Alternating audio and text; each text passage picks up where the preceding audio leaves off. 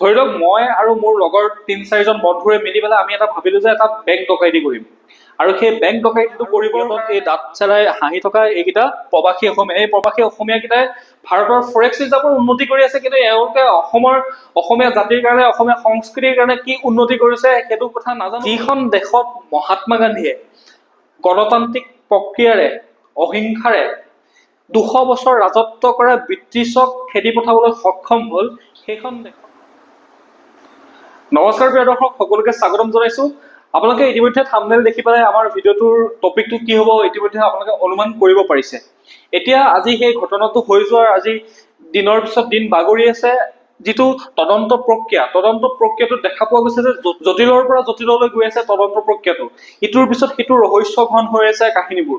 সেইকাৰণে আমি এই ভিডিঅ'টোৰ জৰিয়তে আজি গোটেই কথাখিনি ডিটেইলছত জানিম। ইয়াতে চাওক, আপোনালোকক মই ইয়াতে দেখাইছো কি তেওঁলোকে ধাৰা লগাইছিলে, কি ধাৰা দিছিলে, কি ছেকশ্যন দিছিলে, তাৰপিছতে ৰিট আবেদন কৰিছিলে শ্যামকানু মহন্তই। তাতে কি হ'ব, এই কেছটো আপোনাৰ CIDৰ পৰা CBI লৈ গুচি যাব নেকি, বা উচ্চ ন্যায়ালয়ৰ পৰা এই গোচৰটো উচ্চতম ন্যায়ালয়লৈ গুচি যাব নেকি, বা চাৰ্জশ্বিট FIR কেনেকে কি কৰিছে, CID ভালকে কাম কৰিব নে CBI কৰিব, এক্সট্ৰাডিশ্যন চুক্তি কি হয়, প্ৰবাসী ভাৰতীয় বা NRI সকল কি হয়, তেওঁলোকক কি প্ৰক্ৰিয়াৰে আনিব পৰা যাব, মিউচুৱেল লিগেল এছিষ্টেন্ট ট্ৰিটি কি হয়, তাৰপিছতে লেটাৰ অফ ৰগেটৰী কি হয়, এইকেইটা প্ৰক্ৰিয়া কেনেধৰণে কৰিব লাগে গোটেইখিনি, তাৰপিছত ডেথ বাই নেগলিজেন্স, এই গোটেইখিনি আমি ইয়াত আচলতে কোন দোষী কোন নিৰ্দোষী সেইটো ন্যায়ালয় দিব। কিন্তু আমি যিখিনি তথ্য দেখি আছো, আমি যিখিনি কথা চাই আছো সামাজিক মাধ্যমতে হওক বা অন্য মাধ্যমতে হওক, আমি যিবোৰ দেখি আছো, আমি সেই গোটেই কথাখিনি এই ভিডিঅ'টোত আমি বিস্তৃতভাৱে আলোচনা কৰিম। আপোনালোকে এই ভিডিঅ'টো অনুগ্ৰহ কৰি ভিডিঅ'টো চাব। যদি আপুনি বা আমি সকলোৱে যিহেতু জুবিন অনুৰাগী, আমি জুবিন দাক বহুত ভাল পাওঁ আৰু জুবিন দাক ভাল পাই যাম। আৰু তাৰ কাৰণে জুবিন দাৰ যি অকাল মৃত্যু হ'ল, যি অপমৃত্যু হ'ল, তাৰ ন্যায় আমাক নিশ্চিতভাৱে লাগিব। তাৰ কাৰণে আমি কথাখিনি জানিব লাগিব, কি প্ৰক্ৰিয়াৰে কেনেধৰণে আগবাঢ়ি গৈছে, ইয়াত চৰকাৰৰ কিবা ষড়যন্ত্ৰ আছে নেকি, বা চৰকাৰে তদন্ত প্ৰক্ৰিয়াটো কেনেধৰণে আগবঢ়াই নিছে, তেওঁলোকে ভালকে কৰিছে নে, বা ইয়াতে কোনোবাই ৰাজনীতি কৰি আছে নেকি, ইয়াতে কোনোবাই কিছুমান উল্টা পুল্টা কথা কৈ পেলাই এই তদন্ত প্ৰক্ৰিয়াটো বা এই যিটো তদন্ত চলি আছে সেই প্ৰক্ৰিয়াটো বাধা দিব বিচাৰিছে নেকি, বা এই গোটেইখিনি খেলি মেলি কৰি বস্তুটো নাইকিয়া কৰি পেলাব বিচাৰিছে নেকি, সেই গোটেইখিনি কথা আমি আলোচনা কৰিম। তাৰ কাৰণে আপোনালোকে এই ভিডিঅ'টোৰ লগত সংযুক্ত হৈ থাকক। এতিয়া আপোনালোকে থাম্বনেইলটো দেখি গম পাইছে, আৰু মই গোটেই কথাখিনি আপোনালোকক কি কলো, এটা চমুকে এটা বিৱৰণ দিলো। আমি প্ৰথম আমি কথাখিনি আৰম্ভ কৰিম ছেকশ্যনসমূহৰ পৰা। ইয়াতে 4টা যি ছেকশ্যন লগোৱা হৈছে, 4টা যি ধাৰা লগোৱা হৈছে, এটা ধাৰা হৈছে ছেকশ্যন 61 ছাবছেকশ্যন 2, ছেকশ্যন 105 বা ধাৰা 105, ধাৰা 106, উপধাৰা 1, তাৰপিছত শেহতীয়াকৈ সংযুক্ত কৰা হৈছে ধাৰা 103। এই 4টা ধাৰাৰ বিষয়ে আমি অকমান চমুকে জানি লওঁ। চাওক, ধাৰা 61 উপধাৰা 2, ইয়াৰ অধীনত কোৱা হৈছে যে ক্ৰিমিনেল কনস্পিৰেচি, অৰ্থাৎ অপৰাধীৰ ষড়যন্ত্ৰ। অৰ্থাৎ চাওক, এইবিলাক হৈছে আইনৰ কথা, এইবিলাক হৈছে ন্যায়ালয়ৰ কথা, এইবিলাক আইন আদালতৰ কথা। এই কথাবোৰ আমি তেনেকে আমি সাধাৰণ মানুহে ইমান বুজি নাপাওঁ। সেইকাৰণে মই চেষ্টা কৰিছো, মই নিজেও এজন যিহেতু লয়াৰ নহয় বা মই এজন এডভকেট নহয়, আপোনালোকক কথাবোৰ তেনেধৰণে ক'বৰ কাৰণে আমি প্ৰাথমিকভাৱে য'ত এইবিলাক তথ্য উপলব্ধ তাৰ পৰা আমি জানি বুজি এই কথাবিলাক আমি আলোচনা কৰিবৰ কাৰণে চেষ্টা কৰিছো। ধাৰা 61 ধাৰা 2, ইয়াৰ অধীনত কৈছে যে ক্ৰিমিনেল কনস্পিৰেচি, অৰ্থাৎ এটা উদাহৰণ দিছো মই, ধৰি লওক মই আৰু মোৰ লগৰ ৩-৪জন বন্ধুৰে মিলি পেলাই আমি এটা ভাবিলো যে এটা বেংক ডকাইতি কৰিম। আৰু সেই বেংক ডকাইতিটো কৰিবৰ কাৰণে আমি বেংক ডকাইতিটোত কৰিবৰ কাৰণে যিখিনি প্ৰয়োজনীয় আমাক কি লাগে, অস্ত্ৰ শস্ত্ৰ বা যিখিনি আমাক তথ্য পাতি বা যিখিনি লাগে, আমি গোটেইখিনি কাম সম্পূৰ্ণ কৰিলো। তাৰপিছত হ'ল কি ঘটনাটো, আমি বেংক ডকাইতিটো কৰিবলৈ সক্ষম নহলো। কিন্তু আমি যে সেই বেংক ডকাইতিটো কৰাৰ ষড়যন্ত্ৰ ৰচিছিলো, সেই ষড়যন্ত্ৰটো আমি ধৰা পৰিলো। তাকে এই ধাৰাটোৰ অধীনত সেই সকল ব্যক্তিয়ে এই তেনেকুৱা ধৰণৰ, মই অকল বেংক ডকাইতিটো এটা উদাহৰণ দিছো, গোটেইকেইটা ধাৰাটো এটা উদাহৰণ দিম, কিন্তু তেনেকুৱা ৰিলেটেড কামবোৰত এই ধাৰাবোৰ লাগে। বুজি পালে? মই বেংক ডকাইতিটো মোৰ 4-5জন বন্ধুৰ লগত মিলি বেংক ডকাইতি কৰাৰ এটা মই পৰিকল্পনা কৰিছিলো, ষড়যন্ত্ৰ ৰচিছিলো, মই সেইমতে অস্ত্ৰ শস্ত্ৰও কিনিলো, মই তথ্য পাতিও যোগান কৰিলো, কিন্তু শেষত মই সেই কামটো কৰিবৰ কাৰণে মই সক্ষম নহলোগে। কিন্তু মই ধৰা পৰিলো যে মই এই কামটো কৰিবৰ কাৰণে ষড়যন্ত্ৰ ৰচিছিলো। বুজি পালে? সেইটো ধাৰাত এই গোচৰ সেই তেনেকুৱা ধৰণৰ কেছবোৰত সেই তেনেকুৱা ধৰণৰ অপৰাধবিলাকত এইটো গোচৰ লাগিব। ধাৰা 105 হত্যাৰ উদ্দেশ্য নোহোৱাকৈ হত্যা কৰা, অৰ্থাৎ culpable homicide not amounting to murder, অৰ্থাৎ মোৰ এটা উদাহৰণ দিছো মই, দুজন ভাই ককাই আছিলে, দুজন ভাই ককাই মাটি বাৰী সম্পৰ্কত কিবা কাজিয়া লাগিলে, কাজিয়া লগাৰ পিছত সিহঁতে কি হ'ল, দুইজনৰ মাজত প্ৰথমে তৰ্কাতৰ্কি আৰম্ভ হ'ল, আচলতে ইজনে সিজনক গৈ পেলাই মানে আক্ৰমণ কৰি দিলেগৈ, কিন্তু ঘটনাটো ইমান উত্তেজনালৈ গুচি গ'ল যে লাষ্টত এজন ব্যক্তিৰ মৃত্যু হৈ গ'ল। কিন্তু কথাটো আছিলে কি, ধাৰা 105ৰ মতে ব্যক্তি দুজনে যেতিয়া প্ৰথমতে কাজিয়া লাগিছিলে, দুইজন ভাই ককাই যেতিয়া কাজিয়া লাগিছিলে, তেওঁলোকৰ উদ্দেশ্য নাছিলে যে হত্যা কৰিম, মই এই ইজনে সিজনক হত্যা কৰিম বুলি উদ্দেশ্য কৰি তেওঁলোকে কাজিয়া লগা নাছিলে, তেওঁলোকে তৰ্কাতৰ্কি সাধাৰণতে লাগিছিলে, লগাৰ পিছত উত্তেজনা হৈ হৈ হৈ এটা সময়ত এজন ব্যক্তিয়ে ইজন ব্যক্তিক আক্ৰমণ কৰোঁতে মৃত্যু পৰ্যন্ত হ'লগে। তেতিয়াহ'লে এইটো কি বুলি কোৱা হয়, culpable homicide not amounting to murder, অৰ্থাৎ হত্যাৰ উদ্দেশ্য নোহোৱাকৈ হত্যা হৈ যোৱা। তাৰপিছত ধাৰা 106 চাব ধাৰা 1 অসাৱধানতাৰ ফলত মৃত্যু। এতিয়া অসাৱধানতাৰ ফলত মৃত্যু যদি এটা মই উদাহৰণ দিব যাওঁ, চাওক, এজন ডক্তৰে যেতিয়া এজন ৰোগীক চোৱা চিতা কৰে, কিবা কাৰণত ডক্তৰজনৰ গাফিলতিৰ কাৰণে ৰোগীজনৰ মৃত্যু হৈ যায়, এনেকুৱা ধৰণৰ ঘটনা আপোনালোকে দেখা পায় বা শুনা পাই থাকে। লগতে আৰু এটা দেখি থাকে যে ধৰি লওক আপুনি বা মই গাড়ীখন চলাই গৈ আছিলো, মই গাড়ীখন চলাই যোৱাৰ ফলত মোৰ অসাৱধানতা, মোৰ গাফিলতি, মোৰ অকৰ্মণ্যতা বা মোৰ অসতৰ্কতাৰ কাৰণে অন্য ব্যক্তি এজনৰ বা অন্য ব্যক্তি কাৰোবাৰ আঘাত সানিলো, মই কাৰোবাক মৃত্যু মুখলৈ ঠেলি দিলো, তেতিয়াহ'লে সেইটো কি হ'ব, অসাৱধানতা, কজিং ডেথ বাই নেগলিজেন্স, অৰ্থাৎ মোৰ অসাৱধানতাৰ কাৰণে বেলেগ এজন মানুহৰ বা বেলেগ অন্য ব্যক্তিৰ মৃত্যু হৈছিল বা হ'ল বা হ'ব পাৰে। ধাৰা 103 এইটো হৈছে ডাইৰেক্ট মাৰ্ডাৰ। যদি মাৰ্ডাৰ কৰিছে, তাৰ ইণ্টেনচনে আছিলে মাৰ্ডাৰ কৰা, তেতিয়াহ'লে ধাৰা বা ছেকচন 103 লাগিব। এই ধাৰাটো লগ হোৱা হৈছে পিছত যেতিয়া শেখৰজ্যোতি গোস্বামী, যিজন বাদ্যযন্ত্ৰী আছিলে জুবিন গাৰ্গৰ, সেই বাদ্যযন্ত্ৰীজনে যেতিয়া এটা ষ্টেটমেণ্ট দিছিলে যে জুবিনক বিষ খুৱাই হত্যা কৰিছিলে বুলি, সেই ষ্টেটমেণ্টটো অহাৰ পিছতে এই ধাৰাটো লগাইছে CID। এতিয়া কথাটো বুজি পালে আপোনালোকে ধাৰাকেইটা। তাৰপিছত আমি নেক্সট কাহিনীটোত যাম। নেক্সট কাহিনীটো হৈছে এই ঘটনাটো কেনেধৰণে হ'ল, আমি অলপ চমুকে জানি লওঁ, তেতিয়া আমি গোটেই কথাখিনি কি হ'ব, আমি এটা মানে ধাৰণা কৰিব পাৰিম যে এই গোটেই ঘটনাটো কেনেধৰণে সংঘটিত হৈছে, কি চলি আছে। আমাৰ জুবিন দা গৈছিলে আপোনাৰ ভূটানৰ যিখন ৰয়েল ভূটান এয়াৰলাইন্সৰ এৰোপ্লেনত গৈছিলে, গৈ পেলাই তেওঁ পেন পেচিফিক হোটেলত গ'ল। পেন পেচিফিক হোটেলত তেওঁলোকৰ থকা খোৱাৰ ব্যৱস্থা আছিলে। পেন পেচিফিক হোটেলৰ ৰাতি কি হৈছিলে, এটা পাৰ্টি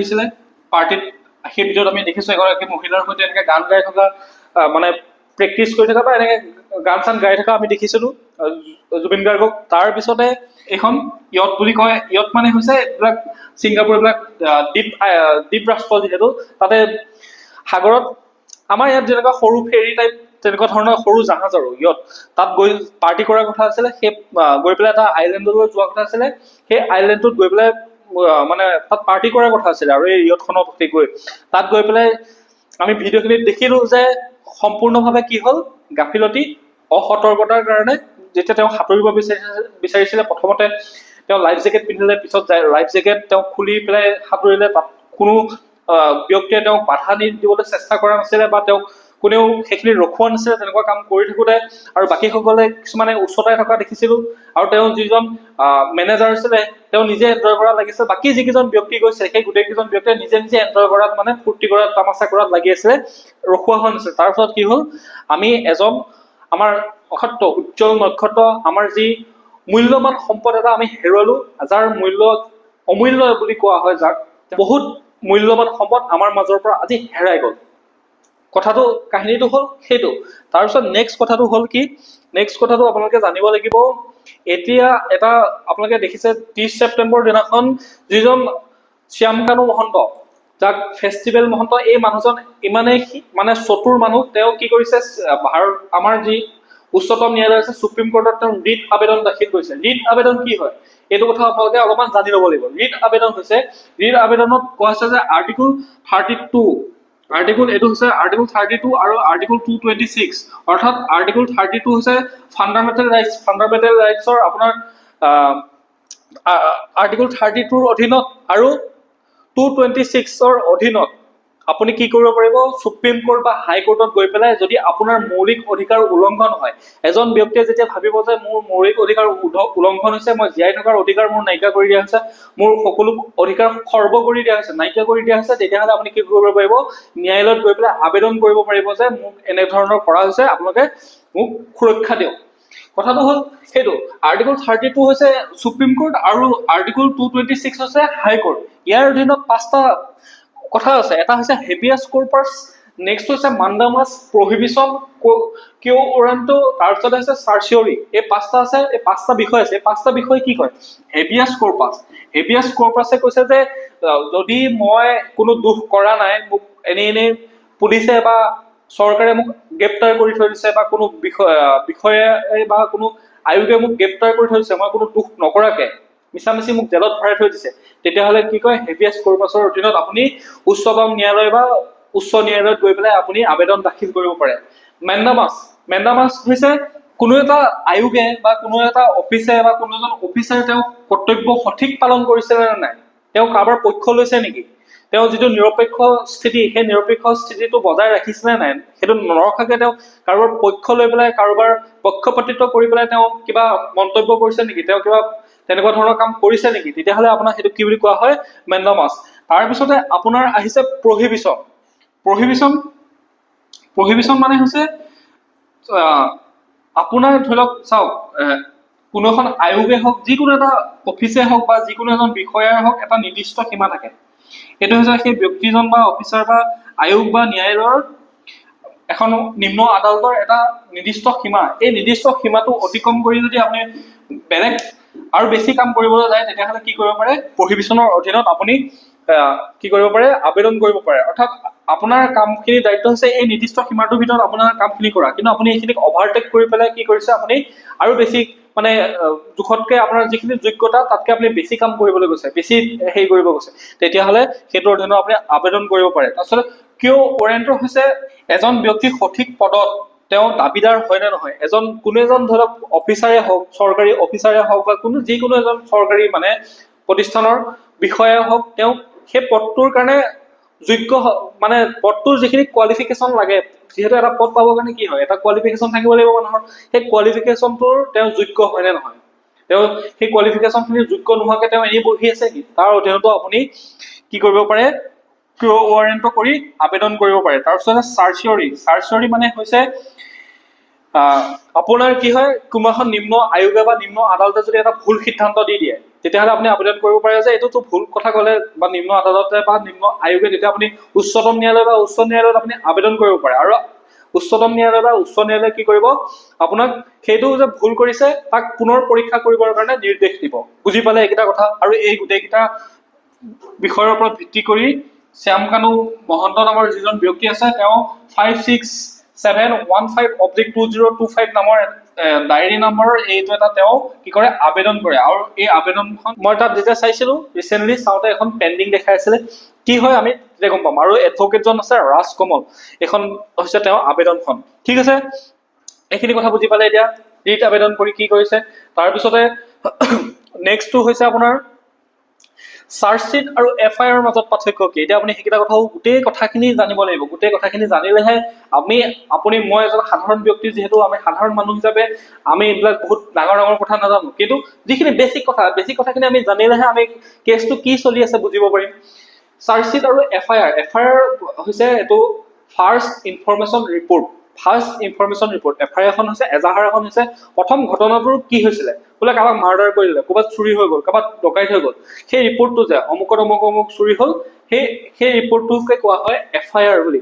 আৰু সেই ৰিপৰ্টটোৰ ওপৰত ভিত্তি কৰি পুলিচে কি কৰে, চাৰ্জশ্বিট তৈয়াৰ কৰে। অৰ্থাৎ চাৰ্জশ্বিট মানে হৈছে সেই যে FIR এখন দিলে, FIR এখন ৰেজিষ্টাৰ হ'ল, ৰেজিষ্টাৰ হোৱাৰ পিছত আপুনি পুলিচে ধুনীয়াকে সেই ক'ত মাৰ্ডাৰ হ'ল, ক'ত কি ঘটনাটো কেনেকুৱা হৈছিলে, তাৰ পষ্টমৰ্টেম ৰিপৰ্ট হ'ল, বা ক'ৰবাত চুৰি হ'ল, চুৰি হোৱাৰ ক'ত কোনজনে কিমান টাইমত চুৰি হৈছে, গোটেই কাহিনীটো আৰু মানে যিমান যি এভিডেন্স গোটাব পাৰি, A to Z যিমান এভিডেন্স আপুনি গোটাবৰ কাৰণে সক্ষম, সেই গোটেই এভিডেন্সখিনি গোটাই আপুনি এখন 10 পৃষ্ঠাৰ চাৰ্জশ্বিট বনাই, আপুনি 100 পৃষ্ঠাৰ বনাই, আপুনি 1000 পৃষ্ঠাৰ বনাই, আপুনি 1200 পৃষ্ঠাৰ বনাই, আপুনি 2000 পৃষ্ঠাৰ বনাই, মুঠতে চিম্পুল কথাটো হ'ল চাৰ্জশ্বিটখন যিমান গধুৰ হ'ব গোচৰটো সিমান চিৰিয়াছ হ'ব আৰু দোষীয়ে কঠোৰৰ পৰা কঠোৰ শাস্তি ন্যায়ালয়ে প্ৰদান কৰিব। চাৰ্জশ্বিটখন যিমান পাতলা হ'ব, চাৰ্জশ্বিটখনত যিমানেই এভিডেন্স কম থাকিব সিমানে দোষী সাৰি যোৱাৰ সুৰুঙা বহুত বেছি থাকিব। ঠিক আছে, চাৰ্জশ্বিটখনৰ ওপৰত বহুত বেছি ডিপেণ্ড কৰে। এই আমাৰ যিখন CID যিখন চাৰ্জশ্বিট বনাব সেই চাৰ্জশ্বিটখন গধুৰ হ'ব লাগিব, তাত গোটেই এভিডেন্স থাকিব লাগিব আৰু সেই এভিডেন্সখিনি থাকিবৰ কাৰণে কি কি কৰিব লাগিব সেইখিনি কথা আমি আলোচনা কৰি আছো। চাৰ্জশ্বিট আৰু FIR মাজৰ পাৰ্থক্য বুজি পালে। তাৰপিছতে নেক্সট হৈছে, এতিয়া বহুতে কৈছে যে CID বেছি মানে সক্ষম নে CBI বেছি সক্ষম। বহুতে কৈছে CBI কেছটো দিব লাগিছিলে, CID কেছটো দিব নালাগিছিলে। বহুতে কৈছে CID পাৰিব, CBI কিয় দিব লাগে, এনেকুৱা ধৰণৰ চলি আছে। চাওক, CID আৰু CBI দুইটা সংস্থাই হৈছে নিজৰ নিজৰ ক্ষেত্ৰখনত সক্ষম সংস্থা, কোনোটোৱে মানে কম সক্ষম নহয়। ঠিক আছে, প্ৰতিটো গোটেইকেইটা সংস্থাই সক্ষম। ইয়াতে কিছুমানৰ অলপমান পজিটিভ কিছুমান তেওঁলোকৰ মানে আছে, ধনাত্মক কিছুমান সুবিধা আছে, সেই সুবিধাখিনি মই কৈ দিছো শুনক। CID হৈছে এখন ৰাজ্যৰ মাজত যি তেনেকুৱা ধৰণৰ ক্ৰাইম হ'ব, যি ক্ৰাইম হ'ব সেই ক্ৰিমিনেলৰ সেই অপৰাধীৰ কি কৰে তেওঁলোকে বিচাৰ কৰে, অপৰাধীৰ তদন্ত কৰে CID। আৰু CBI এখন দেশৰ আমাৰ গোটেই ভাৰতবৰ্ষৰ যিমান অপৰাধ হয় তেওঁলোকে সকলোতে কি কৰিব পাৰে, ইনভেষ্টিগেশ্যন কৰিব পাৰে, তদন্ত কৰিব পাৰে। CIDৰ সুবিধাটো হ'ল CIDত এখন ৰাজ্যখনৰ যিহেতু বিষয়াসকল থাকে, অৰ্থাৎ সেই ৰাজ্যখনৰ যিটো ভাষা চলে বা যিটো কালচাৰত আছে আৰু মানুহবিলাক, সেই তাৰে মানুহ যিহেতু CIDত নিযুক্ত হয়। কিন্তু CBIত নিযুক্ত হ'ব অল ইণ্ডিয়া লেভেলৰ ব্যক্তি নিযুক্ত হয়। ক'ৰবাৰ ধৰি লওক তামিলনাডুৰ ব্যক্তি এজন আহি পেলাই ধৰি লওক ৰাজস্থানতে হওক বা আমাৰ অসমতে হওক তেওঁ সেই ইনভেষ্টিগেশ্যন অফিচাৰ হিচাপে তেওঁ থাকিব পাৰে। তাৰ ফলত কি হয়, CIDত যিহেতু স্থানীয় সেই ৰাজ্যখনৰ ব্যক্তিয়ে থাকে, ব্যক্তি থকাৰ ফলত তেওঁলোকে স্থানীয় ভাষা জানে, সেই মানুহৰ আৱেগখিনি বুজি পায়, সেই মানুহৰ মনৰ ভাৱটো বুজি পায়, তেওঁলোকে তদন্ত প্ৰক্ৰিয়াটো কৰোঁতে সুবিধা হয় তেওঁলোকৰ কাৰণে। কাৰণ তেওঁলোকে মানুহৰ লগত কথা পতাত, তেওঁলোকক কানেকশ্যন কৰাত, সংযোগ কৰাত বা যিকোনো কথা তেওঁলোকে বুজি পোৱাত সহজ হয়। কিন্তু CBI হৈছে যিহেতু এটা সাংবিধানিক সংস্থা তাতে ব্যক্তিসকল বাহিৰৰ মানে অন্য স্থানৰ ব্যক্তি থাকিব পাৰে, তাত অলপমান সেই ভাষাৰ ক্ষেত্ৰত অলপ অসুবিধা আহিব পাৰে। কিন্তু CBI হাতত যিখিনি আপোনাৰ বস্তু আছে, যিখিনি ৰিচোৰ্চ আছে, CBI হাতত যিটো ফৰেনচিক লেবৰেটৰী আছে, সেইটো CID হাতত নাই।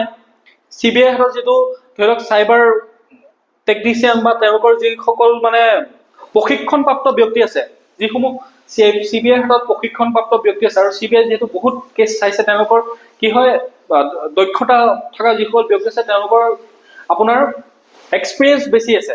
সুবিধাটো হ'ল সেইটো। কিন্তু দুইটাই কোনোটো সংস্থাই কম নহয়, দুইটাই নিজৰ নিজৰ ক্ষেত্ৰত সক্ষম। বুজি পালে? তাৰপিছতে এক্সট্ৰাডিশ্যন চুক্তি কি হয়, কেনেকৈ আনিব প্ৰবাসী অসমীয়াসকলক। এতিয়া এক্সট্ৰাডিশ্যন চুক্তিখনৰ বিষয়ে জানি লওক। এক্সট্ৰাডিশ্যন চুক্তি হৈছে এখন চুক্তি, এখন দেশে অন্য দেশখনৰ লগত কৰি ৰখা চুক্তি। মানে সহজ কথাত বুজি লওক যে যদি মোৰ দেশত কোনোবা এজন ব্যক্তিয়ে অন্য দেশৰ ব্যক্তি এজনে আহি ক্ৰাইম কৰিছে, তেতিয়া সেই অন্য দেশৰ ব্যক্তিজনে যদি এক্সট্ৰাডিশ্যন চুক্তিখন আপুনি কৰি থৈ দিয়ে সেই দেশখনৰ লগত, তেতিয়াহ'লে সেই দেশখনৰ আপোনাক আবেদন কৰিব পাৰিব যে এনেকুৱা এজন ব্যক্তি গৈ পেলাই আপোনাৰ দেশত আছেগে, তেওঁ মোৰ দেশত এনেকুৱা ক্ৰাইম কৰি থৈ গৈছে বা এনেকুৱা ধৰণৰ তেওঁ অভিযোগ তেওঁৰ ওপৰত উত্থাপিত হৈছে, তেওঁক আমাক লাগে, তেওঁ গৈ পেলাই পলাই আছে আপোনাৰ দেশত, আপুনি তেওঁক হস্তান্তৰ কৰক, আমাৰ ওচৰলৈ প্ৰত্যাৱৰ্তন কৰক। তেতিয়াহ'লে সেই এক্সট্ৰাডিশ্যন চুক্তিৰ অধীনত সেই ব্যক্তিজনক প্ৰত্যাৱৰ্তন কৰিব পাৰি, তেওঁক সেই জেগাটোলৈ বা সেই দেশলৈ ঘূৰাই পঠাব পাৰি পুলিচৰ সহায়ত, ইণ্টাৰপল পুলিচৰ সহায়ত, সকলোৰে সহায়ত কি কৰিব পাৰি, তেওঁক সেই দেশখনলৈ পঠিয়াব পাৰি। তাৰপিছতে সেই এক্সট্ৰাডিশ্যন চুক্তিখন সেইখন, আৰু ভাৰতবৰ্ষই এতিয়ালৈকে 48খন দেশৰ লগত এক্সট্ৰাডিশ্যন চুক্তি কৰা হৈছে। সেইটো মিনিষ্ট্ৰী অফ এক্সটাৰ্নেল এফেয়াৰ্ছৰ ৱেবছাইটত লিখা হৈ আছে, চৰকাৰৰ তথ্য। 48খন দেশৰ লগত তেওঁলোকে কি কৰিছে, এক্সট্ৰাডিশ্যন চুক্তি কৰিছে। কিন্তু ছিংগাপুৰৰ লগত এক্সট্ৰাডিশ্যন চুক্তি যি 1962 যিসমূহ ধাৰা আছে, যিসমূহ ক্লজ আছে, সেই ক্লজসমূহৰ অধীনত ছিংগাপুৰৰ লগতো এটা চুক্তি কৰা হৈ আছে। ঠিক আছে, বুজি পালে? NRI, PIO আৰু OCI। NRI হৈছে নন ৰেচিডেণ্ট ইণ্ডিয়ানছ, অৰ্থাৎ যিসকল প্ৰবাসী ভাৰতীয়। চাওক, ভাৰতবৰ্ষৰ পৰা কৰ্মসূত্ৰে গৈ পেলাই বেলেগ দেশত যদি কাম কৰি আছে বা কিবা কৰি আছে, সেই ব্যক্তিসকলক কি বুলি কোৱা হয়, নন ৰেচিডেণ্ট ইণ্ডিয়ানছ বুলি কোৱা হয়, অৰ্থাৎ প্ৰবাসী ভাৰতীয় বুলি কোৱা হয়। আৰু PIO আৰু OCI সকল হৈছে এই দুইটাক মাজতে সংযোগ কৰা হৈছে, সেইসকল হৈছে তাৰ তেওঁলোকে ভাৰতীয় সেইখন দেশৰ নাগৰিকত্ব তেওঁলোকে লৈ ল'লে, তেওঁলোকে প্ৰজন্মৰ পিছত প্ৰজন্ম তাতে বাস কৰি পেলাই সেই দেশৰ নাগৰিকত্ব গ্ৰহণ কৰিছে। এইটো পিছৰ কথা, এইটো আমাক নালাগে ইমানখিনি জানিবলৈ। NRI কথা জানি লওক, প্ৰবাসী ভাৰতীয় বুলি কোৱা হয়। মিউচুৱেল লিগেল এছিষ্টেন্স ট্ৰিটি কি হয়? Mutual legal assistance treaty MLAT হৈছে এখন বা দুখন বা ততোধিক দেশে নিজৰ নিজৰ মাজত কি কৰি ৰাখে এখন আন্তৰ্জাতিক চুক্তি হয়। এইখনো সেই একেই, কোনোবা যদি মোৰ দেশৰ এজন নাগৰিকে গৈ পেলাই বেলেগ দেশত ক্ৰাইম কৰি পেলাই তেওঁ পলাই আছে বেলেগ এখন দেশত, তেতিয়াহ'লে এই চুক্তিৰ অধীনত সেই ব্যক্তিজনক পুনৰ দেশলৈ ঘূৰাই পঠিয়াব পাৰি তাৰ এখন সন্ধি। Letter of rogatory. Letter of rogatory হৈছে এখন দেশৰ আদালতে অন্য এখন দেশৰ আদালতক আবেদন কৰিব পাৰে যে এই ব্যক্তিজনে এনেকুৱা তেনেকুৱা ক্ৰাইম কৰিছে, তেওঁৰ ওপৰত এনেকুৱা ধৰণৰ অভিযোগ উত্থাপন হৈছে, আপোনালোকে তাতে তেওঁৰ ওপৰত ইনভেষ্টিগেশ্যন কৰক, নহলে তেওঁক আমাৰ দেশলৈ ঘূৰাই পঠাওক। এখন হৈছে আদালতে, আমাৰ দেশৰ আদালতে অন্য এখন দেশৰ আদালতক আবেদন কৰিব পাৰে যে তেওঁ সেই ব্যক্তিজনৰ ওপৰত ইনভেষ্টিগেশ্যন কৰক বুলি। ঠিক আছে, বুজি পালে এই গোটেইখিনি কথা? কাৰণ এই গোটেইখিনি কথা কি হৈছে এইকেইদিন চলি আছে, নিউজত চলি আছে, ছচিয়েল মিডিয়াত চলি আছে, তো সেইখিনি কথা আপোনালোকে জানি লোৱাটো বেটাৰ। তাৰপিছতে নেক্সট কথাটো হ'ল, চাওক ভিডিঅ'খিনি যেতিয়া আমি সেই 3-4টা যেতিয়া ভিডিঅ' চালো, সকলো ব্যক্তিয়ে সেই কথাখিনি অনুভৱ কৰিব পাৰিছে। এইখিনি নকলেই হ'ব যে জুবিন গাৰ্গৰ মৃত্যু কোনোবাই বিষ খুৱাই মাৰিছে নে নাই মাৰে, সেইটো পিছত তদন্ত প্ৰক্ৰিয়াত আহিব। কিন্তু চকুৰ আগত সূৰ্যটোৰ দৰে স্পষ্ট এটা আমি দেখিছো যে জুবিন গাৰ্গৰ মৃত্যু প্ৰথম কাৰণটো হৈছে ডেথ বাই নেগলিজেন্স, অৰ্থাৎ আপোনাৰ গাফিলতিৰ কাৰণে, অসতৰ্কতাৰ কাৰণে আৰু অমনোযোগিতাৰ কাৰণে জুবিন গাৰ্গৰ মৃত্যু হ'ল। আৰু সেই সময়ত ইয়তত থকা এইসকল ব্যক্তি আছিলে, এইসকলৰ নাম নকলেও আপোনালোকে চিনিব পাৰে। এজন হৈছে সন্দীপন গাৰ্গ, শেখৰ, শ্যাম কানু, সিদ্ধাৰ্থ, অমিত প্ৰভা, আৰু ইয়তত এই দাঁত চেলাই হাঁহি থকা এইকেইটা প্ৰবাসী অসমীয়া। এই প্ৰবাসী অসমীয়া কেইটাই ভাৰতৰ ফৰেক্স ৰিজাৰ্ভৰ উন্নতি কৰি আছে, কিন্তু এওঁলোকে অসমীয়া জাতিৰ কাৰণে, অসমীয়া সংস্কৃতিৰ কাৰণে কি উন্নতি কৰিছে সেইটো কথা নাজানো বাৰু, তাৰ ওপৰত এটা প্ৰশ্ন থাকিব পাৰে। কথাটো হ'ল এই গোটেইসকল ব্যক্তিয়ে দোষী। যিহেতু চাওক, আপোনাৰ চকুৰ আগত এজন ব্যক্তি মৃত্যু হবলৈ গৈ আছে, আপুনি সেই হবলৈ গৈ থকা ব্যক্তিজনৰ মৃত্যুৰ পৰা নৰ খাই পেলাই আপুনি চাই হাঁহি ফূৰ্তি কৰি থকাটো এটা অপৰাধেই হয়। ঠিক আছে, সেইটো এটা চূড়ান্ত অপৰাধ হয়, সেইটো এটা চূড়ান্ত গাফিলতি হয়। এই সকলো সমানে দোষী। আৰু এইসকলক এতিয়া আনিবৰ কাৰণে এইসকলক আনিব লাগিব, তেতিয়াহে তদন্ত প্ৰক্ৰিয়াটো, যিটো আমাৰ তদন্ত প্ৰক্ৰিয়া, সেই তদন্ত প্ৰক্ৰিয়াটো মানে সম্পূৰ্ণ হ'ব, স্বচ্ছ হ'ব, নিৰপেক্ষ হ'ব আৰু পুংখানুপুংখভাৱে গোটেই তদন্ত প্ৰক্ৰিয়াটো সম্পূৰ্ণ হ'ব। কথাটো হ'ল চাৰ্জশ্বিট যিটোখন আছে আমাৰ, মই যে কৈছো চাৰ্জশ্বিটখন ষ্ট্ৰং হ'ব লাগিব। চাৰ্জশ্বিট যিমান ষ্ট্ৰং হ'ব, দোষীয়ে সিমান কঠোৰ বা কঠোৰ শাস্তি প্ৰদান কৰিব। চাৰ্জশ্বিট মানে হৈছে যিমান তদন্তকাৰী বিষয়াসকলে যি তেওঁলোকে এভিডেন্স পালে, যি তেওঁলোকে তথ্য পালে, সেই গোটেইখিনি দাখিল কৰা। আৰু এইখন যিমান হেভি হ'ব, আৰু এই হেভি হ'বলৈ হ'লেও এইখন আপোনাৰ 90 দিনৰ ভিতৰত দাখিল কৰিলে ভাল। এইখন যদি 3 মাহৰ ভিতৰত যদি এই চাৰ্জশ্বিটখন দাখিল কৰিব পাৰে ন্যায়ালয়ৰ ওচৰত, তেতিয়াহে কেছটো আৰু বেছি ষ্ট্ৰং হয়। কাৰণ চাওক, এভিডেন্সখিনি যিমান দিন বাঢ়ি গৈ থাকিব, এভিডেন্সখিনি মানে আপোনাৰ সেইবিলাক কমি যাব, এভিডেন্স পোৱাৰ মানে সুবিধাবিলাক কমি যাব। চাৰ্জশ্বিটখন যিমান সোনকালে দিয়া হ'ব, এভিডেন্সখিনি সিমান আপোনাৰ কি হ'ব, সোনকালৰ এভিডেন্স দিব, আৰু সেইখিনি তদন্ত কৰাত সহজ হ'ব, সেইখিনি হৈ থাকিব। যেতিয়া দিন বাঢ়ি গৈ থাকিব, এভিডেন্সখিনি পুৰণা হৈ গৈ থাকিব, আৰু তদন্ত প্ৰক্ৰিয়াত এই খেলি মেলিৰ সৃষ্টি কৰে। সেইকাৰণে চাৰ্জশ্বিট সদায় 90 দিনৰ আগত যদি দাখিল কৰে, তেতিয়াহ'লে সেইখন চাৰ্জশ্বিটত দোষীয়ে কঠোৰ পৰা কঠোৰ শাস্তি পোৱাৰ পুৰা সম্ভাৱনা আছে। এতিয়া নেক্সট কথাটো হ'ল আমাৰ জুবিন দাই ন্যায় পাবনে নাই, এইটোৱে সকলোৰে মনত, প্ৰতিজন জুবিন অনুৰাগী, ময়ে হওক আপুনিয়ে হওক, প্ৰতিজন জুবিন প্ৰেমী, প্ৰতিজন অসমীয়াৰ যি জুবিনক ভাল পায়, প্ৰতিজন অসমীয়াই মনত এটাই প্ৰশ্ন, কেতিয়া জুবিন দাই ন্যায় পাব। মেইন কথাটো হ'ল, ন্যায় পাবলৈ হ'লে গোটেই যিটো তদন্ত প্ৰক্ৰিয়া, সেই তদন্ত প্ৰক্ৰিয়াত যিসকল ব্যক্তি জড়িত আছে, দেখিছো আমি যিসকল ব্যক্তি স্পষ্টভাৱে জড়িত আছে, সেই গোটেই ব্যক্তিসকলক সাঙুৰি পেলাই সেই চাৰ্জশ্বিটখন প্ৰস্তুত কৰিব লাগিব। এই তদন্ত প্ৰক্ৰিয়াত সেই চাৰ্জশ্বিটখন প্ৰস্তুত কৰিবলৈ হ'লে, এতিয়া চাওক, যিসকল ব্যক্তি ইয়তত আছিলে, আমাৰ যিসকল অসমৰ পৰা গৈছিলে, সেইসকল ব্যক্তিটো ইতিমধ্যে চৰকাৰে তেওঁলোকক আনিলে, তেওঁলোকক জেলত ভৰাই ৰাখিছে, তেওঁলোকৰ ওপৰত তদন্ত চলি আছে, জেৰা চলি আছে। কিন্তু তাৰ বাহিৰেও যিসকল ব্যক্তি আছিলে, ইয়তত যিসকল প্ৰবাসী অসমীয়া আছিলে, মেইন কথা সেইসকলক আনিব লাগিব। সেইসকলক ননাকে এই তদন্ত প্ৰক্ৰিয়া কেতিয়াও সম্পূৰ্ণ নহয়, আৰু এই তদন্ত প্ৰক্ৰিয়াটো কেতিয়াও স্বচ্ছ নহয়। 11-12 যিজন যিকেইজন প্ৰবাসী অসমীয়া আছিলে, সেইসকলক যেনেকেই নহওক বৈদেশিক মন্ত্ৰালয়ৰ লগতে হওক, গৃহ মন্ত্ৰালয়ৰ লগতে হওক, বৈদেশিক মন্ত্ৰীৰ লগতে হওক, ভাৰত চৰকাৰৰ লগত সম্পূৰ্ণ সহযোগ কৰি অসম চৰকাৰে এই কামখিনি কৰিবলৈ লাগিবই। নকৰিলে এইটো কেতিয়াও মানে এই তদন্ত প্ৰক্ৰিয়াটো সম্পূৰ্ণ নহয়, আৰু তেওঁলোকে এইখিনিৰ কাৰণে যিমান যি চেষ্টা কৰিব লাগে কৰিব লাগিব, কাৰণ এইখিনি লাগিব। তাৰ লগতে আৰু ইয়টখনত যি কেইজন পাইলট আছিলে, ইয়ট চলোৱা যিসকল চালক আছিলে, সেই পাইলট কেইজনক লাগিব। পাইলট কেইজনৰ লগতে ইয়টখনত ধৰি লওক তাতোতো 2-এজন কৰ্মচাৰী থাকিব বস্তু দিয়া কৰা থোৱাত, সেই ব্যক্তি কেইজনকো তেওঁলোকৰো সাক্ষ্য গ্ৰহণ কৰিলে এই তদন্ত প্ৰক্ৰিয়াটো বেছি মানে স্বচ্ছ হ'ব। কাৰণ এইটো কাৰণে কৈছো, চাওক তেওঁলোকেতো জুবিন গাৰ্গ কোন জনা নাছিলে সেই সময়লৈকে, কিন্তু সেই সময়লৈকে তেওঁলোক নিৰপেক্ষ হৈছিলে বুলি ক'ব পাৰি, কাৰণ তেওঁলোকে সেই বস্তুবিলাক দেখিছে, কোনে কি কৰিছে কি নাই কৰা, যিখিনি দেখিছে আৰু সেইখিনিতো তেওঁলোকে দেখিছে, সেইখিনি কথা তেওঁলোকে ক'ব পাৰিব।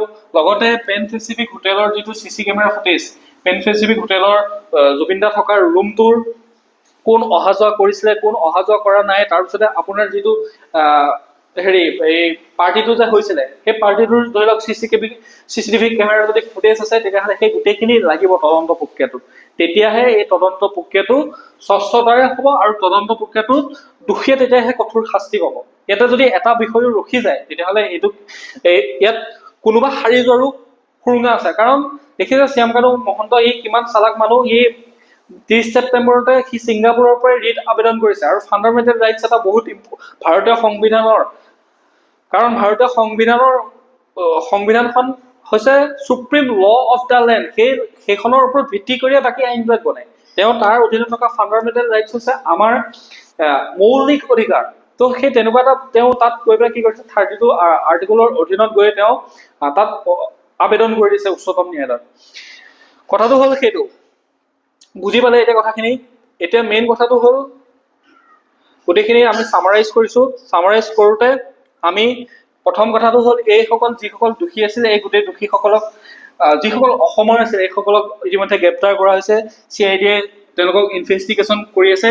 তাৰপিছত যিসকল প্ৰৱাসী অসমীয়া আছে, প্ৰৱাসী অসমীয়াসকলক ৰাখিব, প্ৰৱাসী অসমীয়াসকলক লাগিব এই ইনভেষ্টিগেশ্যন প্ৰক্ৰিয়াটোত। তাৰপিছতে নেক্সট আছিলে ইয়টখনত থকা যিসকল ব্যক্তি আছিলে, মানে যিকেইজন পাইলট আছিলে, তাৰে কেইজন কৰ্মচাৰী আছিলে।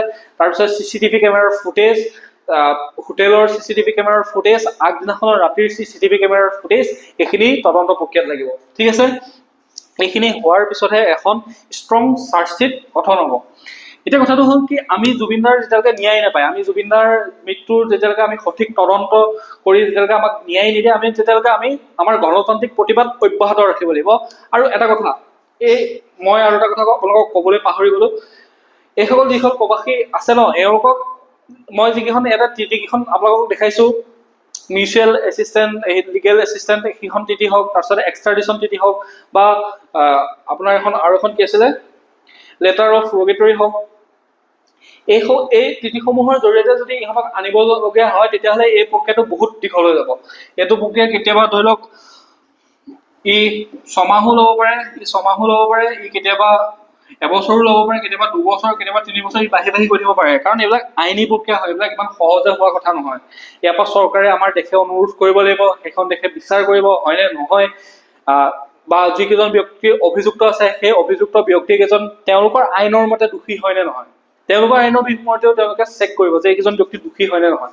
তেওঁলোকে যদি এবছৰতকৈ কম মানে শাস্তি যদি তেওঁলোক দোষী হয়, তেতিয়ালৈকে তেওঁলোকে নিদিবও পাৰে।